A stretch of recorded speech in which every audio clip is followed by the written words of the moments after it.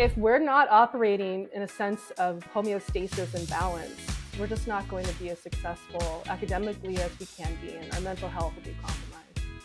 It was such a breath of fresh air to talk to Monique because she talks about the practical ways we can look at our communities and look at our curriculum and make slight shifts to make sure that everyone's story is being told. Welcome to Toddle's School Leaders Project. I'm your host, Cindy Blackburn, and I was so excited today to talk to Monique Vogelsang. She's the creator of Humanizing History, and we dig into such an important topic, creating cultures of belonging in our schools. The episode is a beautiful balance of stories that convict this work, as well as strategies that you can take and use as a classroom teacher or as a school leader. You're not going to miss a single second of this episode, so let's jump right in. Monique Vogelsang, I'm so excited to have you here on the show because I think you're just a breath of fresh air, and I think you have so much value to add to our audience. Well, I think this is such an interesting season for the work that you're doing. Yeah. And a term that I love that you're using is the idea of crafting cultures of belonging. I think that's a really lovely way to take forward work we've been doing in the space for a while in a way that is not threatening. So might you talk about that concept of creating a culture of belonging? Yeah. I mean, can we do a little storytelling? Is that okay with you? Yeah. When you ask me, like, who are you? I have my quick what answer, but so much of it is my why too. And so, oh my gosh. So culture of belonging, I think, starts really young. And in my experience, the culture of belonging that I experienced first was through my family. And I'm going to get to school in like 30 seconds or a minute. But I think the most dominant lenses that I bring to this work is the importance that we see ourselves and we see each other with a lens of equal dignity. And that language I'm borrowing from an anthropologist named Dr. Cobb, which we can look up later, but his whole life's work was, devoted to how do we represent human beings with equal dignity. And so growing up, I identify as multiracial, and my mother's from the Caribbean and my father's a white American. And my mom was one of 11 children, and everybody in her family married somebody of a different racial ethnic background. So growing up, I have first cousins that I'm genetically related to, which I'm saying on purpose, who would on a US census identify as different racial categories. So we would identify as white, Black, using the language of the census, Hispanic, South Asian, and having cousins that, in my experience, represented the world was one of the most important lessons of belonging, because it taught me that no matter what anybody looks like, anybody can join this call with us right now, and they could be my first cousin. Oh, so can you invite me to your family's potluck? Yes, I know, it's amazing food too. It is. It's a good vibe, and so I always saw something familiar in the face of a stranger. And so that's where I think belonging begins for me. The seeds of that is that our human story is really diverse and beautiful. And I want people to find ways to connect with that. And I want us to find ways to normalize difference and have it be a part of our lives where there's great comfort and flexibility and fluency as opposed to fear. So that's where belonging begins for me. That's like childhood Monique walking around. And then as I got older and started going to school, that little like bubble of belonging did get pierced a little bit, because I got a lot of questions about my own identity and like what I was. That was, what are you, is the question I got a lot as a little kid before people asked my name. Oh. And this is like teachers, these are students, these are, like, what are you? They're trying to fit you in a little box. And so I realized that really young when I started going to school. And so when I became a teacher, and now through my work, I'm super sensitive to the reality that our social identities matter a lot to us, right? The human story, the story that we tell ourselves about ourselves, and the stories that we tell ourselves about other people, and then the stories that we tell out loud to children. All of this manifests to create that culture of belonging. So I think that that's the poetic approach to belonging. And we can put formal assessments around that, and we can talk more about that, I imagine, in our call today. But I think just knowing like where it begins is really important. And I think for any educator that's cultivating belonging, understanding our own lenses is so essential. like so then like if I could interview you, I would be like, Cindy, how did you grow up, right? What kind of messages did you receive? Today's episode of the podcast is brought to you by Toddle, your all-in-one teaching and learning platform made for teachers and by teachers. If you're doing the work of bringing your mission to life, if you're doing curriculum work and mapping it and designing cool classrooms, Toddle is a platform that makes it happen. And it's all powered by AI. Check us out at toddleapp.com. Now, back to my episode with Monique. Well, in a way, it's so interesting because I heard you tell your story of connection here. It really, it's a story of connection. And there's like that exercise you do in a workshop where it's like list your top 5 identifiers, and I think for you, so many of your top identifiers would be grounded in your culture and in your ethnicity and these. And I feel almost like as a white woman, I have like an absence of that. Like it isn't something that we talked about as a family. It isn't something that I've really given a lot of ponderance to of like who I am as a result of where I come from. So I don't know. I think it stokes a curiosity in me hearing your story. Yeah. And I think that's the key word, right? Is curiosity. Yeah. And I think it would be so great if all of us, especially educators, leaders, could zoom out and think about. So an exercise I do a lot. This happens for some reason, probably the most around grade 2 with grade 2 teachers. I think because they are teaching, quote, culture often for the first time, right? So like the social studies curriculum typically starts with like, who am I? Who are we? It starts really local, like me, my family, then like my community, my neighborhood, then the larger world. And along that path, concepts of culture come up. Other ideas come up too, race, ethnicity, religion, etc. But I think understanding what culture is, trying to define it, but like think about your own culture. So even if you feel you are part of like a homogenous dominant group, there's diversity even within that group. And understanding if we define culture as this, and let's say it's like customs, rituals, beliefs, everyday life, values, like you have a culture. We all have culture. Right. And I think that's some of the first ways to kind of like dip our toes into this work. Beautiful. You have culture. We all do. We all have it. We all do. We do. Yeah. But so much of it is my story was the dominant story being told. And I think it's really cool to think about that as a curriculum nerd myself of what is the dominant story and what other stories might be left out in the pursuit of that. Just interesting. Yeah. So I wonder, I feel like we've been more on the storytelling side of things. And if I'm a skeptic listening to this episode, I'm just like, oh, all this airy-fairy, whatever. Might we get into just kind of the science of belonging? And I know that you are also like a research nerd, like I'm a curriculum nerd. So tell us a little bit about what the research says about creating cultures of belonging in schools. I'm going to take that as a compliment. You called me a nerd too, and I call myself one. Nerd is the highest compliment. Yeah, I embrace that so much. So our brains, I really like the work of neuroscientists like Dr. Matthew Lieberman at UCLA, Dr. Jennifer Eberhardt at Stanford University. I love the work of Dr. Dan Siegel. So just to name a few, so this is where a lot of these ideas are coming from. But Matthew Lieberman does a lot of work around our brain. And I don't remember the title of his book right now. I think it's called Social, and then it has other stuff after that if you wanted to look it up. But how our brains are wired primarily for social connection and social protection. And our brains experience social disconnection in a similar way that they experience physical pain. So if we feel isolated, let's say at school, it's almost like we're in a moment of being physically harmed. So, and then to bring in Dr. Dan Siegel's work, I love his hand model of the brain, where he talks about like the brain stem and your thumb being a limbic region. And then this is like your brain looking forward if these were your eyes, and the prefrontal cortex, and how the limbic region is an area where your amygdala is located. And when we're experiencing social disconnection, we're experiencing somebody made fun of us, we're experiencing identity-based harm. It's almost like this region of the brain, our prefrontal cortex, is dysregulated and disintegrated from the limbic region. And your amygdala is, commanding the glands to release all those stress hormones.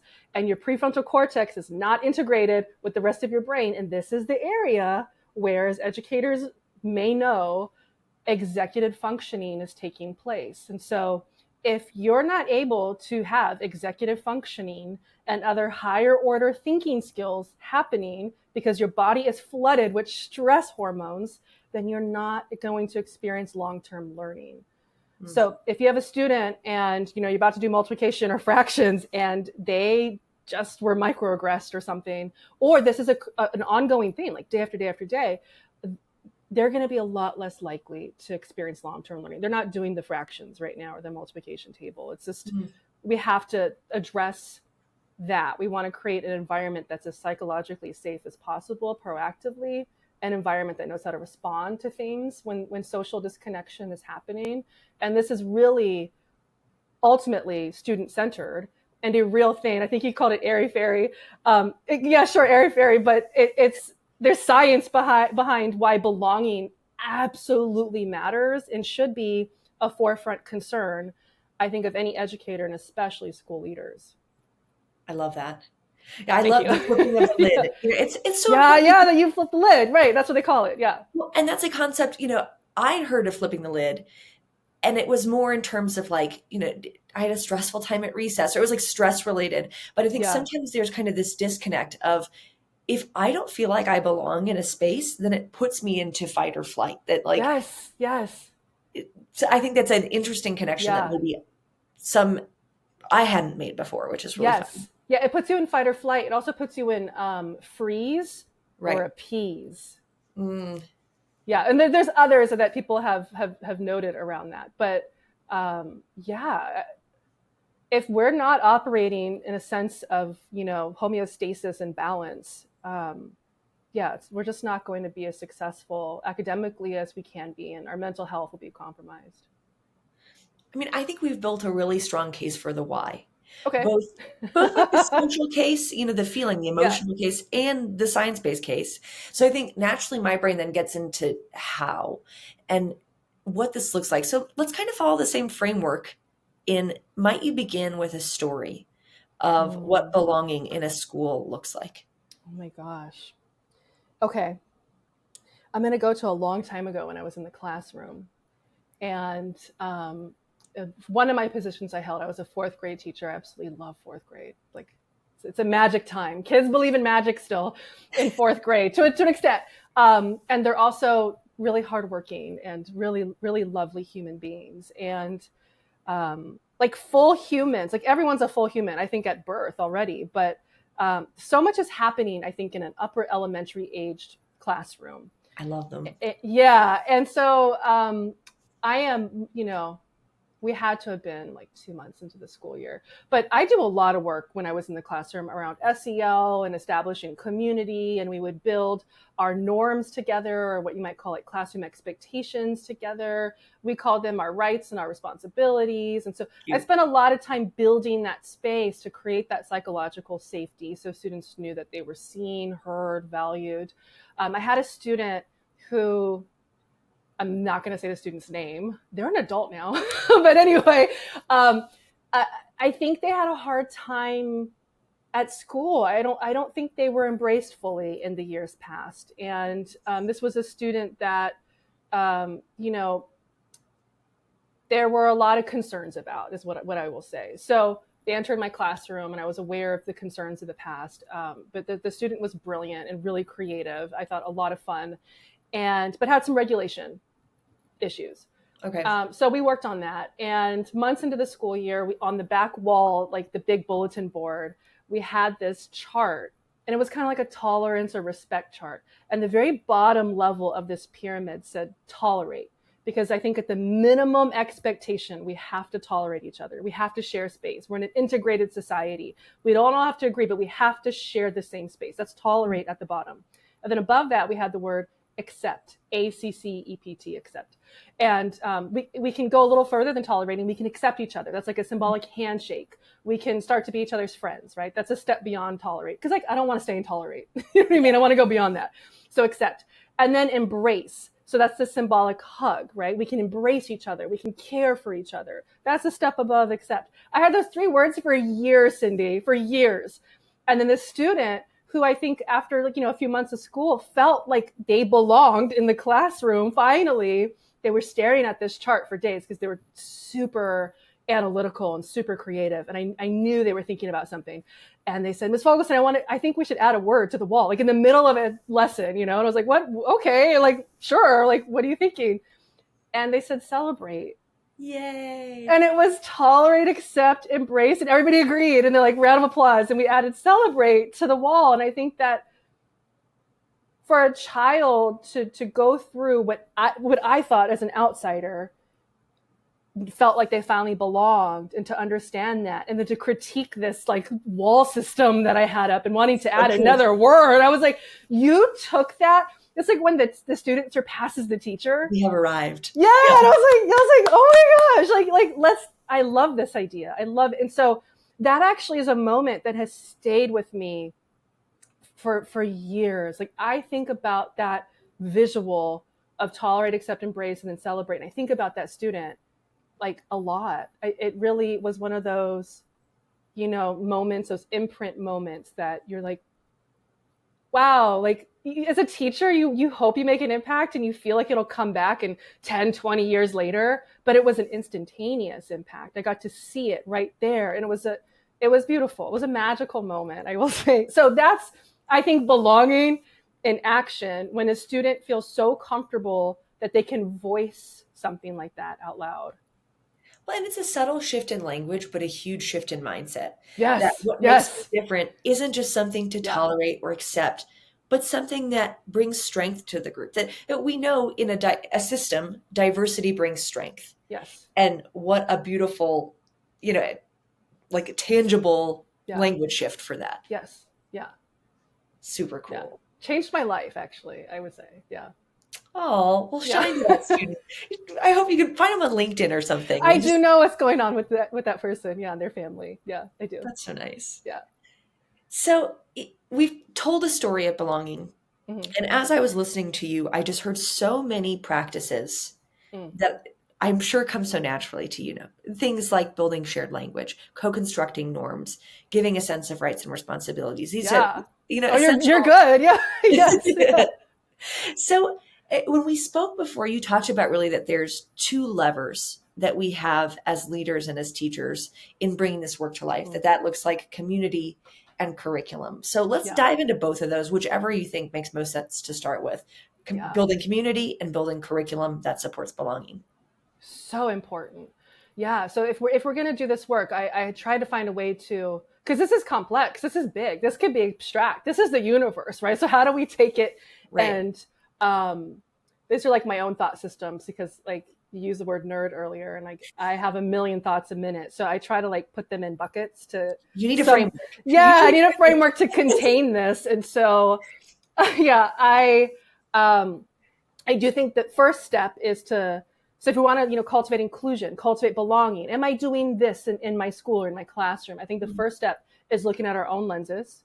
And I think we look at our own lenses, and we look at our own lenses for what are the positives. And then instead of seeing it as a negative, what's the area of change? I make it a positive and I make it a triangle. Yeah, delta. Yes. Yeah, delta. If you remember like math, high school math. And I think that's important, because understanding our strengths is important, because I think for people who might be hesitant to do this work, it feels like there are no strengths, right? So knowing that we have strengths. Another really cool exercise to do actually is something that's called a values affirmation exercise.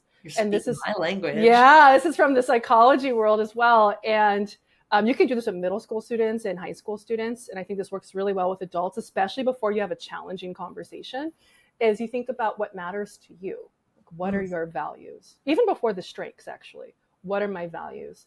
And rooting that will help people. They've done a lot of tests around this where they've had, because the stereotypes around women, for instance, in STEM, where, if you remind a woman in these studies that, she's a woman, she won't do as well on an engineering exam.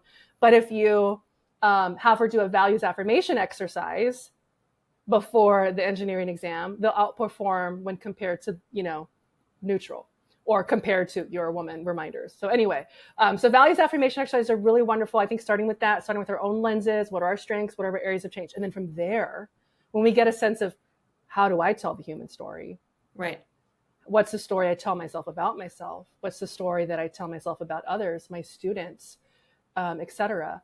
Then I think we branch into two major categories around school culture and community, and then a huge these are huge, both of them are huge, and then a huge one around curriculum.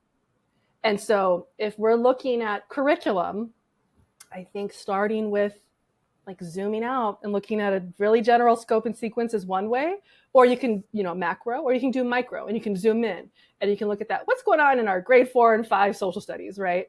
But I do think having a sense of overall, if a student were to go through this school, let's say it is a pre-K through 12, all the way from the beginning to the end, what are the messages they're getting around identity? What are the messages they're getting around who gets to belong and who doesn't get to belong?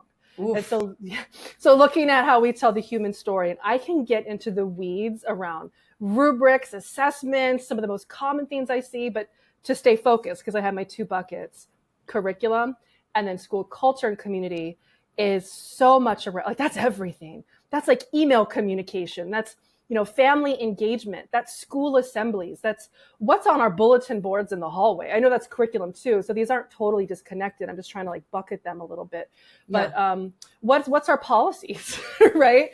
What's our retention? How are we hiring faculty? I mean, there's so much that creates alumni relationships, so much that creates school culture and community. So I try to separate them just for the sake of organization, but they are connected. It feels a little overwhelming at the moment, to be honest. Sure. Where do I start? Like, we'll get more into where you get started as a leader. Okay. But like, are there common things that you like, trends you see in school that feel a little bit like all this feels really theoretical or abstract? Like concretely, what are shifts that you see that get made that have a really profound impact? Okay, absolutely. Okay, here are the top, I don't have a number. I'm going to shoot for a handful. Here are the top handful of things. Yes. Okay, so if I were to design my own dream situation, I would look at what's happening. And I was an elementary school teacher, so I adore elementary school teachers. But I would start there because I like starting in order. And I think elementary school teachers all educators are some of the most incredible humans on earth. But a lot of elementary school teachers, if I had to generalize for a moment, are like nurturers. Like we want our students to do the best they can do and to be the best and to feel the best. But one of the biggest gaps that I see is in elementary social studies education. And it's because to be an elementary school teacher, you don't have to specialize in history or biology or like you do when you're teaching like grade 7 through 12. You're pretty much like a subject matter expert there.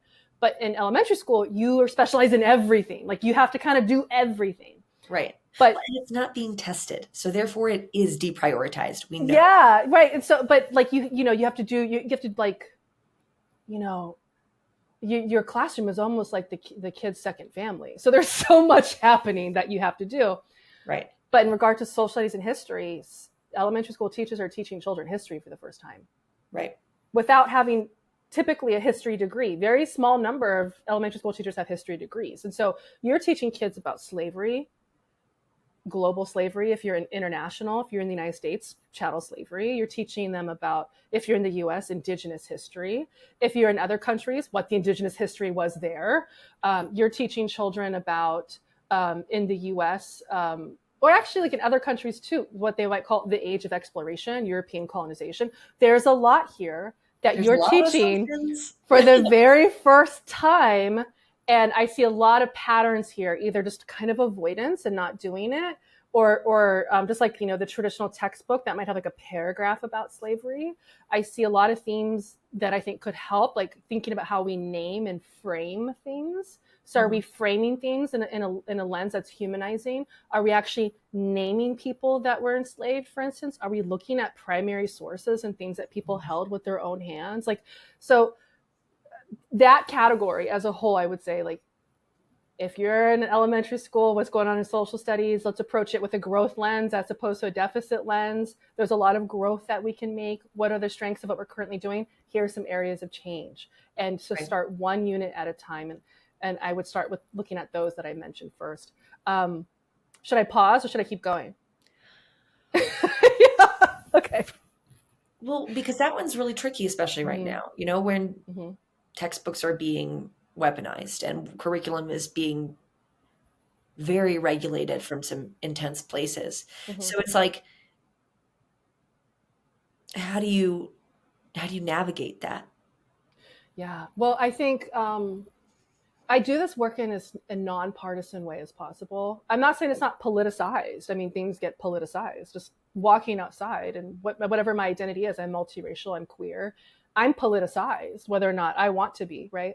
Right. But so I do this work in a way that's nonpartisan, meaning that I don't bring in necessarily current administration.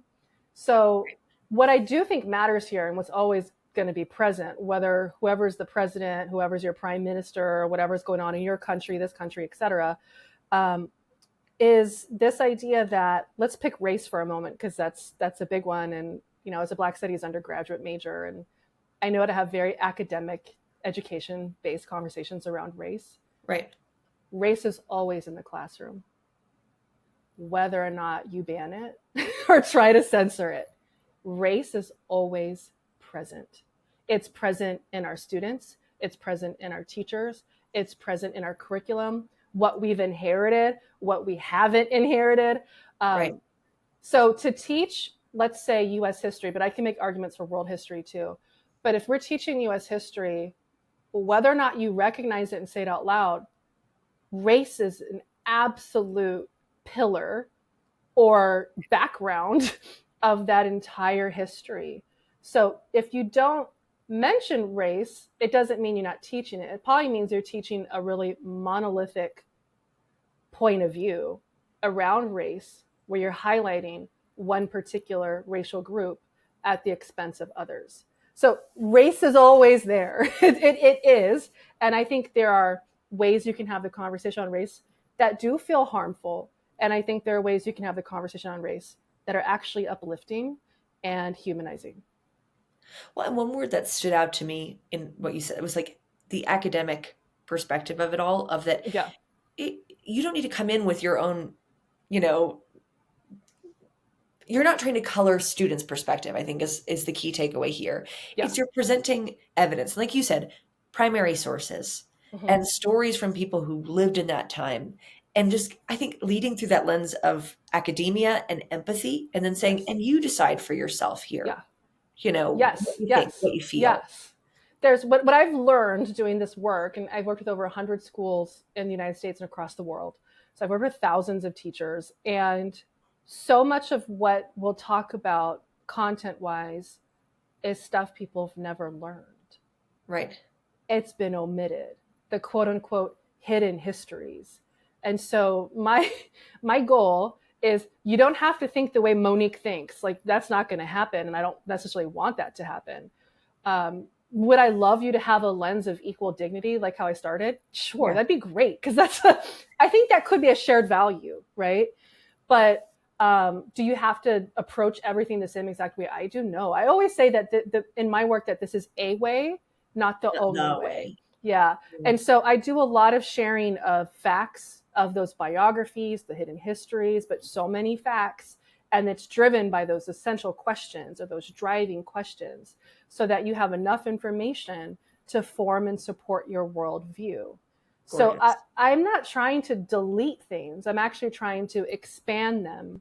And through that expansion, hopefully offer enough windows and mirrors so that you see yourself somewhere in curriculum, right? You see yourself, and you see points of view that may be different from yours, and you're growing as a result. I mean, that's truly what I'm looking for.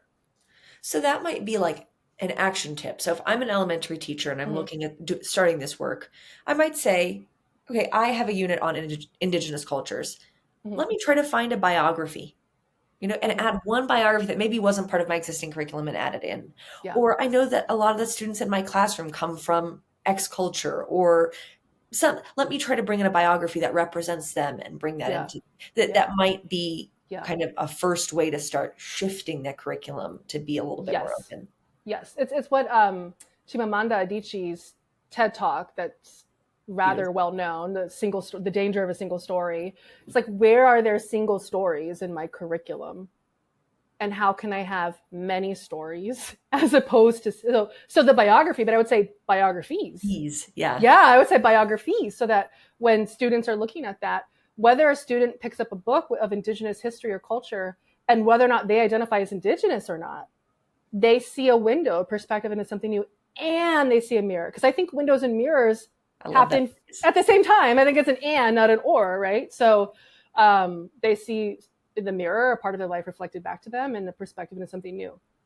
Gorgeous. So yeah, many stories over single stories. And then the other thing I would add really quick, Cindy, at the risk of over talking, is if there's literally one question we can ask ourselves after that, is if you're going to teach this unit, whatever this unit is, how am I naming and framing this? Say more. So sometimes it might need a reframe. So something around like slavery typically needs a reframe on average, unless you were in a household or you happen to have an education experience that did a really good job highlighting resilience and resistance and empowerment, right? You probably want to think about, am I naming people out loud?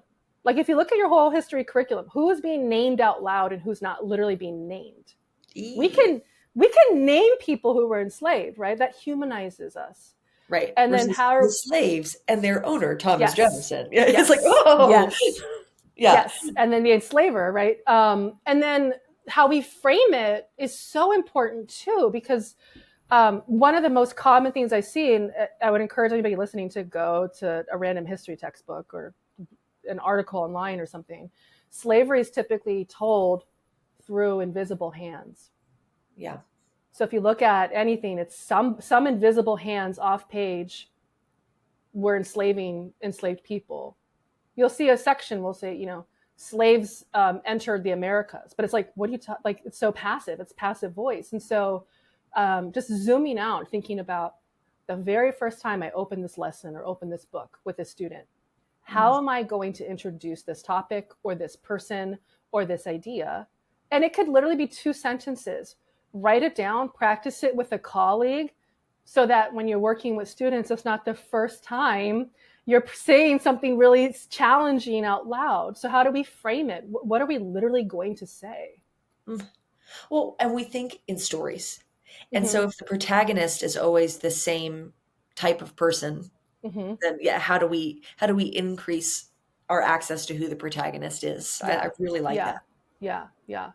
And I think for the framing, I'll add one more thing. This is a lot. I'm saying a lot. One thing that really helps me is understanding at the same time. So if we're talking about identity, social identities, for instance, we're talking about gender, race, etc., religion. No group is a monolith. Right. And so I'm really careful around how I will phrase things. I might say some Europeans or some people in North America or some, right? Because I don't want to cast a net that one group is a monolith, because we're actually quite diverse, and to understand the nuance around identity, I think helps to create the safe spaces for us to find ourselves as part of this conversation. This makes me want to go and teach a history unit. Really Let's do it. Really badly. We could do that next. Yeah. So Monique, you said you had a handful, and I think we started with the elementary curriculum. Okay. Which led to I lost track. Yeah. Yeah, but it led to a lot of things. It led to the concept of the windows and mirrors, and looking for the opportunity to tell multiple stories. To me, feels like, multiple strategies, but that's kind of was our first. Are there other kind of really big ways, or thinking of those handful of strategies that are really transformative that you see across schools? This is a great place to look. You said elementary curriculum. Where else might we look? Yeah, I think so if you build, let's say you're lucky enough in this way to be in a pre-K to 12 environment, because that means you can plan what the student's experience is all the way throughout. So and if you can't, then there's still things we can do. But in elementary, if we really focus on our curriculum, building positive identity development proactively, I think we're starting off in a really good space. Cool. Because the other thing I see is by the time we get to middle school, you see a rise of identity-based harm. Not to say it doesn't happen younger. It does. It absolutely does. But there is a rise of identity-based harm in middle school. And we can all guess the reasons why. in terms of adolescent development and testing boundaries and all these other things. But you have a rise of racial epithets and slurs being used in school. It is, I will use the word alarming, Cindy, and I try to be, I try not to be too much of an alarmist, but it is alarming how I would say nearly every school I've ever worked with, you're having a lot of racial slurs being used in the hallway, field trip, sometimes in class. And I think creating a school policy of a no slur school is important. That includes reconsidering how we read, literature that uses things like the N word. I think we need to think about how are we saying that word out loud? Yeah. I have memories when I was in 7th grade we read of Mice and Men, and the kids would raise their hands to volunteer to read because they'd count how many paragraphs ahead because they wanted to say those words out loud. So, I mean, this is also the 90s, but anyway, we're in 2025 now. But having a school culture that understands how to create a proactively safe environment as much as possible, but then also how do we respond and interrupt question. Yes, microaggressions or aggressions when they happen. Yeah. So if I hear a kid in the hallway call another kid a name, what is my clearly stopping the behavior, but then what? Well, I do think before that there should be a no slur policy. But anyway, I think practicing how to interrupt microaggressions is super important. So there's a framework around that. And I think this comes from maybe Learning for Justice, I believe. And it's usually 4 words or 3 words. I think I've added a 4th word. And it's interrupt. And then it's like something around like educating, like calling in or calling out and educating, and then ending it with an echo. So the most important thing, I think, is to not meet aggressions with silence. Because I can go back to my memories as a child and thinking about the times where somebody said something egregious, sideways.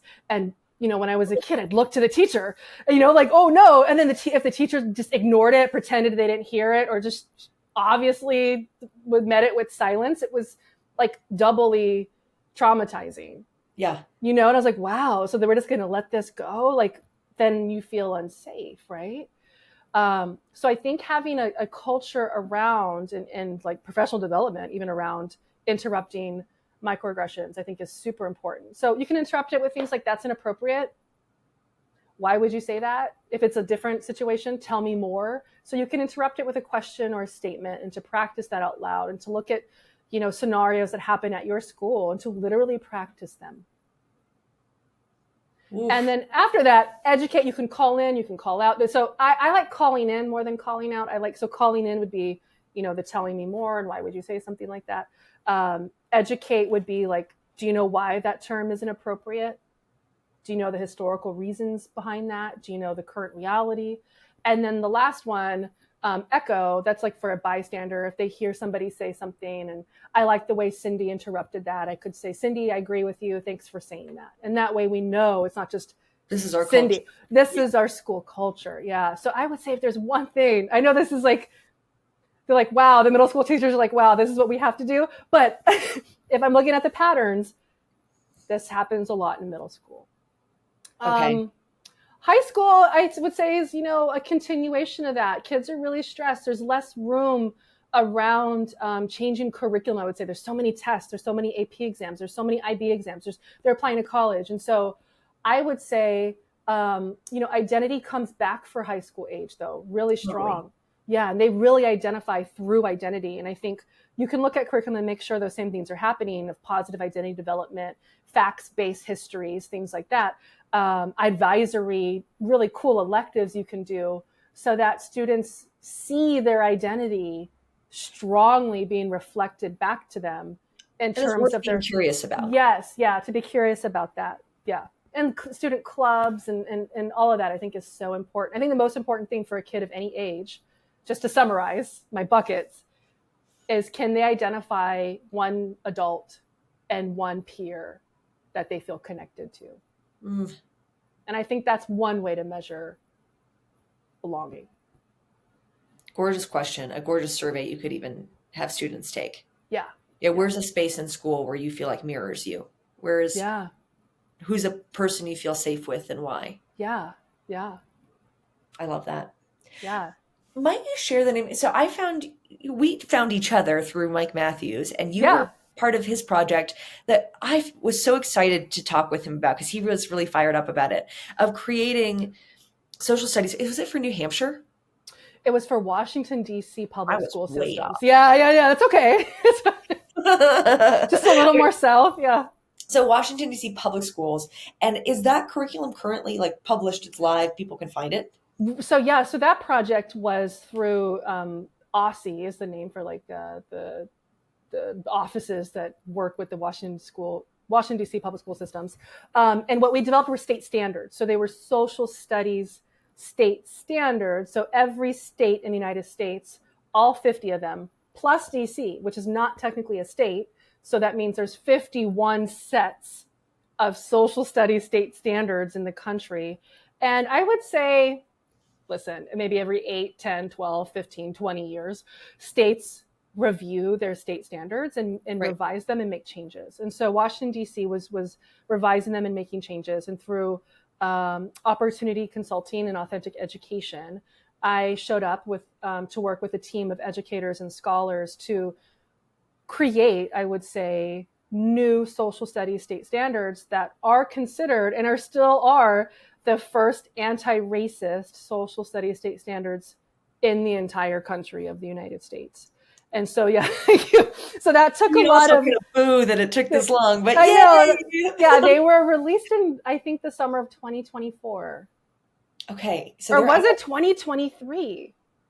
One of those, because I'm like, it's 2025 now. So they were released recently, and I believe they're still the only ones.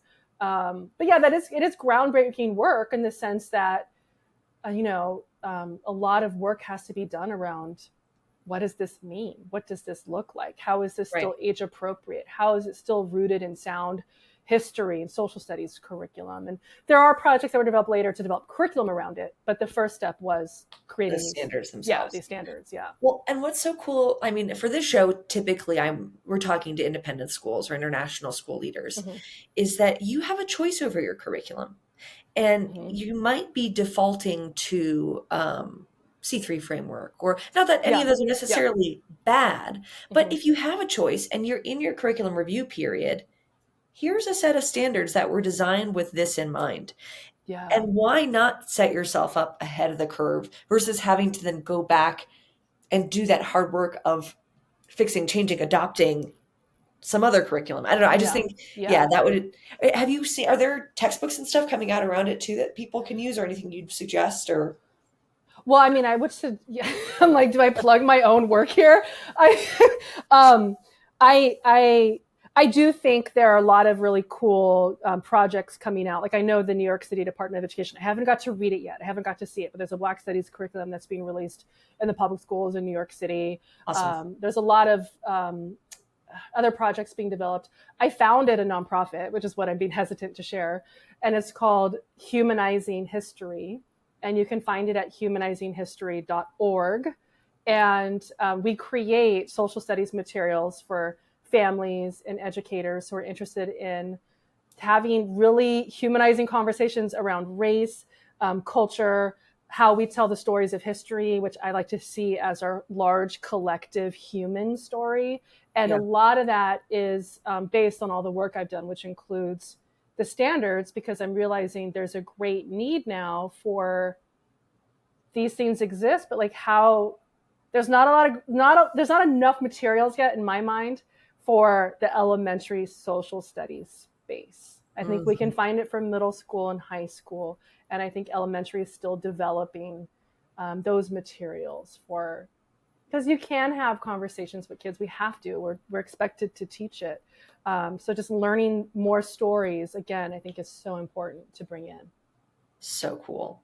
Yeah, I love that, because I think it's having the resources is so helpful. And that as a teacher, we know that there's a million things on our plate. And the last thing that we want is for belonging to feel like another thing that's on the plate. We want it to feel achievable and something that's meaningful and purposeful.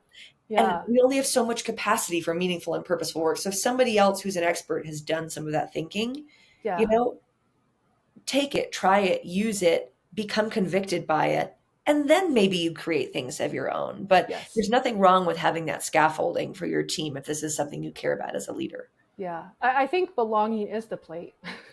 I mean, that's always how I saw it. Cause I'm like, if we don't belong, nothing's getting done, you know?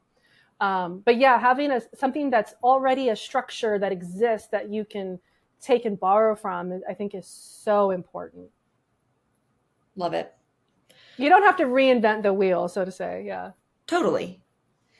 So I guess, I mean, we're coming towards the end of the conversation, and I'm wondering if you were speaking with a leader in a school who Mhm. knew that this work was important, but is maybe feeling a little scared, honestly, at this time. Like, what are the steps that we can take to continue this work in a way that's not going to provoke ire of parents, or like, I just think Yeah.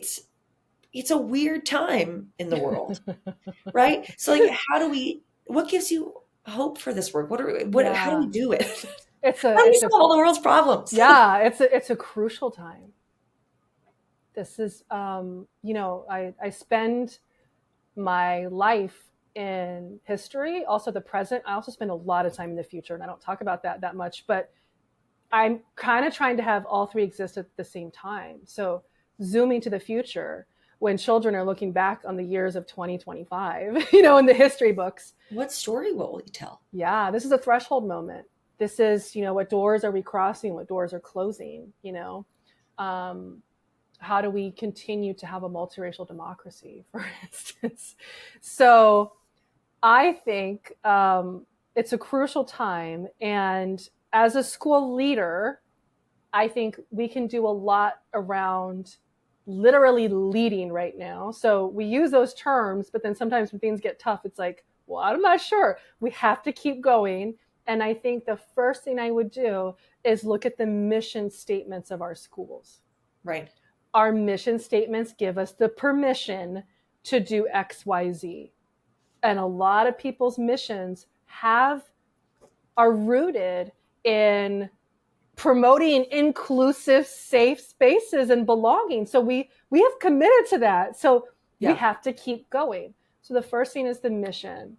And then I would say, you know, there's so many things you can do, of working with your boards to make sure we're on the same page, of working with your teachers to make sure that you've extended that permission to them, of providing opportunities for more communication. And I'm not saying have more and more meetings, because people I know don't have time, but make the meetings really meaningful and tell them, like, address what's going on in the world in the state of, current events, and what it means for us here at this school, and what we're committed to. And what does that look like, and what does that sound like? So we're going to continue teaching history in this way. We're going to continue reading picture books that promote diversity and inclusion. We're going to continue to have, if you have affinity spaces, we're going to continue to have these community events. We're going to continue to have what would be challenging conversations, because that's what education really should be, is a space where we are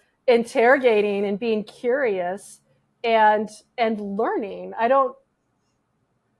In my own life, I've had a lot of obstacles. And so I see this as yet another obstacle that we are trying to understand, and we will overcome, and we'll keep going, because our vision and our values are really clear, that we're here as educators to provide a real, when I say real, I mean an education rooted, like I said, in facts and expanding lenses, so that our children, our students, our future, they grow up and they continue to use that C3 framework to be civically engaged, responsible citizens or residents of whatever nation they live in, because we're part of a larger global world. And thinking about the future, climate change and everything else, like, we need to know how to work with one another. We need to know how to work in interracial, multiracial spaces, spaces where we may not agree partisan wise, but we share the same planet. So I'm thinking micro and macro at the same time. And we have to keep going. But I think to know your own why is really important, and to develop, what your mission's your what, and your why is up to you and your school and your community, and your how is up to you and your community too. But I think we can borrow from each other some of the best practices to really develop our how. Gorgeous. I'm giving you long answers, Cindy. No, I love it. I mean, I'm going to make a reel of this episode, and I wrote down a timestamp for then because I was Thank like, you. that is the through line of this conversation. So really beautiful. What's the through line? That get grounded in your mission, and that our purpose as educators is to prepare students for the world. And the world that they're entering into is going to be full of doubt and questions and diversity. And if we're not preparing them for that, if we're not making school a safe place to question those things and to come together, then we're failing. And I don't know. You said it much more elegantly than I did. No, you did a great job. Yeah, I agree to your summary of what I said. What gives you hope? This is, I think, our last question today. You give me hope, Cindy. People like you existing and wanting to leverage your platform to have important conversations around inclusion and belonging. I have met in my work, it's like the goosebumps just went through me. I got emotional. I've met in my work so many incredible educators that are doing the work, and they're doing the work in a public way, but there are a lot doing the work in grassroots, private ways. I work with schools like everywhere across the country, and I prioritize as well working with school. Are you getting emotional? No. Oh, okay. I just saw it. That's okay. I'm not crying. You're crying. Yeah. And I can't tell you how many times schools in the South that I've worked with, at the end of a session, somebody finds me and they hand me a book, and it's a worn book. Like, it's a book that they've tagged, and it's got like the pages are kind of curled and stuff. And I say like, no, I can't keep this, and they want me to have this book. I've been handed like a dozen books. It's so interesting, and I love it. And I'm like, that's the work too. You know what I mean? It's everywhere. It's everywhere from like, do we have C3 framework, social studies, state standards? Super important. That's up here in the sky. But like also on earth, on the grass, we have people handing each other books. Like that's everything too. So it's humans being utterly human and understanding that identity matters and social identity matters, but sometimes they are labels. And sometimes what we need to do is to see, where our human story connects with each other. I love it. It can feel terrifying. And I think it's just so important to have these conversations and to keep our why as educators at the center. And I just, it was so timely to have you come on the show, and you filled me with so much hope and a beautiful path forward through the murkiness. So thank you very much. I just when I wish we're in the same space. I'm going to give you a hug. Yeah. So fun. I appreciate you. And I mean, I guess I'm curious, what gives you hope, or what do you look for as you do this global work? I think it's so weird because I come from the IB world where this is just all assumed, it's the IB, PYP and everything. Yeah. PYP is grounded in the idea of shared humanity, and in that is the whole purpose of education, is exploring our shared humanity. And so coming into a space where that's up for debate is terrifying to me. And to hear that it's work that's being done, that it's work that's happening, and that our missions can make it a safe place. I don't know. I would be honored to bring that spirit into more spaces. So yeah. Oh, my friend, thank you so much. This is, I think, just the beginning of our work together. So thanks for coming on the show. Thank you so much.